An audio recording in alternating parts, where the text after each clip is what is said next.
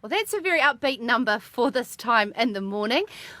Terry Copeland, CEO of New Zealand Young Farmers. Why are we playing David Bowie? Well, it just takes me back when I was quite young. And, How young are we talking? What sort of era? Yeah, I was 20. And it was in the mid-'80s. And it sort of summed up where I was, because it was sort of I had this opportunity of doing something new. I had a career sort of semi-forged of what direction I was going. And then I decided, hold on a minute, that's not what I want to do anymore. Which was? In the music industry. Music. And when this Bowie song came out, it sort of reinforced that it's actually okay to start again. So becoming an absolute beginner at any time of your life actually is all right. I did it when I was 20. Oh, Michael Hill. He started at 40, didn't he? Yeah, exactly. So then you went into the wine industry and then now are the CEO of New Zealand Young Farmers. We've got Terry Copeland on the show because of a really cool story that he actually told me at Southern Field Days. Terry, could you talk us through the amazing human story, I'd like to say, on the generosity that's recently happened in the last 12 months with regard to a property just near Auckland and a beautiful bequesting story? Yeah, so out of the blue, probably nearly 2 years ago now, got an email from a lawyer in Auckland saying they've got a client who's a farmer who's looking at a legacy position once he passes away. He's wanting to make sure his farm still can exist and what would he like to do with it. So this man has no children? He wasn't married, had no children. He was 76 years old. He'd been on this farm since 1960. And whereabouts, just put it into perspective? So it is in Auckland. It's a little area called Brookby, so it's between Manurewa and Whitford. And a lovely old chap, Donald Pearson, and he and his lawyer and a family friend had interviewed a number of organisations they wanted to partner with to sort of see his farm live on once he'd gone. He didn't want it to go into housing development. Didn't want to go into housing. There'd already been offers of breaking the farm up by putting a road through it to connect to other roads because of the subdivisions being created around. And we went in there, the chair of our board, Jason Teabrake, and myself met with him, and we just hit it off. And he was a very dour, tough old bird. He didn't say much, very reserved, but as soon as he started talking about giving calves to Calf Club and getting kids onto the farm, he just lit up. And so we saw there being... Excuse me, sorry, that was Richard Lowe trying to call me. I'll turn my mute. Do you want to start again? No, it's okay. We'll carry on. So can you just say when we started talking about, just from that bit? So we started talking with him, and he was a very dour, sort of reserved chap. But as soon as he started talking about giving calves to Calf Club and getting kids onto his farm, he just lit up and was quite animated and passionate. And we just said, look, who we are as an organisation is actually reaching out to the next generation and trying to attract them in and having a property like a farm in Auckland to showcase to Auckland students and urban Auckland being, the population being more and more removed from how food is produced. What an amazing opportunity this would be. And he had it's a dairy farm, 74 hectare dairy farm, and he had a manager on the farm that lived on the farm as well that ran the day-to-day stuff, but he was very much still overseeing everything. And he wanted to live there, of course, for the rest of his life and over time sort of transition the farm to being an educational showcase. So this is sounding pretty lovely for something like an organisation like New Zealand Young Farmers. This is something that's never happened to us before. We always thought we'd love to be in a position where someone would trust us enough that this could happen, and then all of a sudden we get this approach. And so we were the preferred option for Donald to partner with, and we started working out, we'll create a trust deed, we'll put the farm into the trust and he can live on it and there'll be an income for him, and over time we'll transition to being still an active farm, but being able to have kids on there to see what's going on and how to learn about agriculture. And then unfortunately he got sick about 6 or 7 months into the process. He got sick, went to hospital, and very sadly passed away after about 3 or 4 days of being unwell. This is a man who'd never really been ill in his life.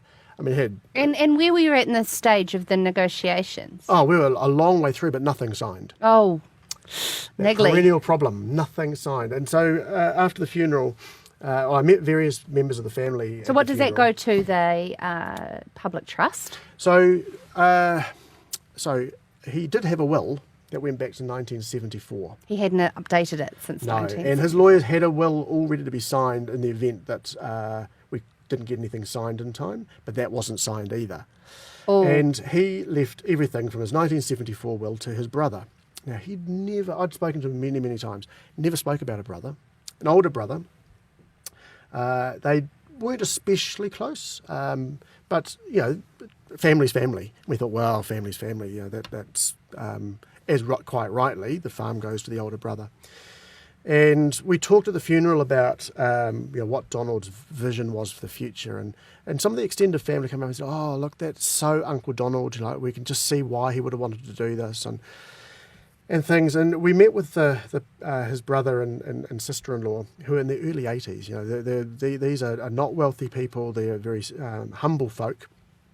And we said, And this farm would be worth quite a mint. Well, exactly. Yeah, so near Auckland, and it's yes, 74 hectares. Yes. Yeah. And they could live their life in luxury if, they could flick it for half price and still be in the millions. And, and we talked through what Donald's wishes were and showed them the whole sort of audit trail of stuff. And look, to give these people credit, unbelievably, they went, you know what, we're going to honour Donald's wishes. And I could have cried. Oh, man, that is such a beautiful story. It's amazing and completely selfless. And their lawyer said, but there's a bit of a problem because under New Zealand law, if you gift assets away, you're not eligible for any government support when it comes to health care or residential care. This is the brother who's the living brother? Yes. Really? Yes. So but if he was gifted it and then gift again? No. So what the lawyers had offered was, well, look, there is a new will that was never signed, which left the estate to New Zealand Young Farmers. You'd need to go to the High Court and get that validated, and we won't oppose it. Which is an incredibly generous and, really forward-thinking, of a good beyond themselves to allow that to happen. And then the legal things took, as they do, forever. And then we so farm, it's signed now. It's yes, locked and loaded. Yes, yeah, absolutely. So I went to probate in May last year, and then we got the farm put onto our balance sheet effectively the week before Christmas. Oh, what a lovely Christmas present. So a Christmas present, if you're just joining us, New Zealand Young Farmers have been bequested a farm in Auckland. It's the first of its kind for the organisation and have great intention of creating an educational farm. Is that correct? Absolutely. So what's the plans to roll out for the next couple of years to do that? So this week, the newly appointed farm board is meeting and setting a strategy. So as I said, it's a dairy farm at the moment. It has to stay as a farm, a working farm, for it to be relevant, but it might have some sheep and beef, it might have some horticulture, it certainly would have beehives. It needs to have an environmental story. So there are a whole lot of things the board are going to have to come up with to determine what it is that we're going to provide. It has to be relevant to schools, because that's the reason we got it, is so that we can get kids to come out and look at schools. We need it to be technologically driven so that we can excite the tech side of interest, particularly from urban people, to see, and whether it's just the dairy side or soil science or how we use fertiliser or water. There's a whole big play there. How we can do science experiments that can be still done back at school. Cool. How we can create products that students can make and then take to a farmer's market that's branded. The world's our oyster. So if anybody is listening and just is blown away with the story, as I was when Terry first told me, if someone really would love to be involved in this project and has certain skill sets or resources, you must be in need of some support around this. Absolutely. And to get in touch directly with the New Zealand Young Farmers, you'll find their contact details on there, and ask for Terry Copeland, the CEO, and I'm sure that you would welcome all the support. Brilliant. And an opportunity to keep coming back to Auckland, your hometown. Yes, exactly right. Radio Live Rural Exchange.